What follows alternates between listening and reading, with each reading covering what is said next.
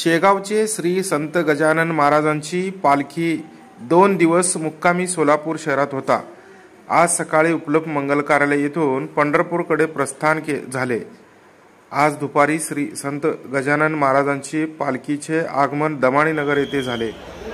यावेळी सोलापूर महानगरपालिका आयुक्त डॉक्टर सचिन ओंबासे यांनी श्री संत गजानन महाराज पालखीचे दर्शन घेतले। यावेळी संस्थानच्या वतीने आयुक्त यांचे सत्कार करण्यात आले।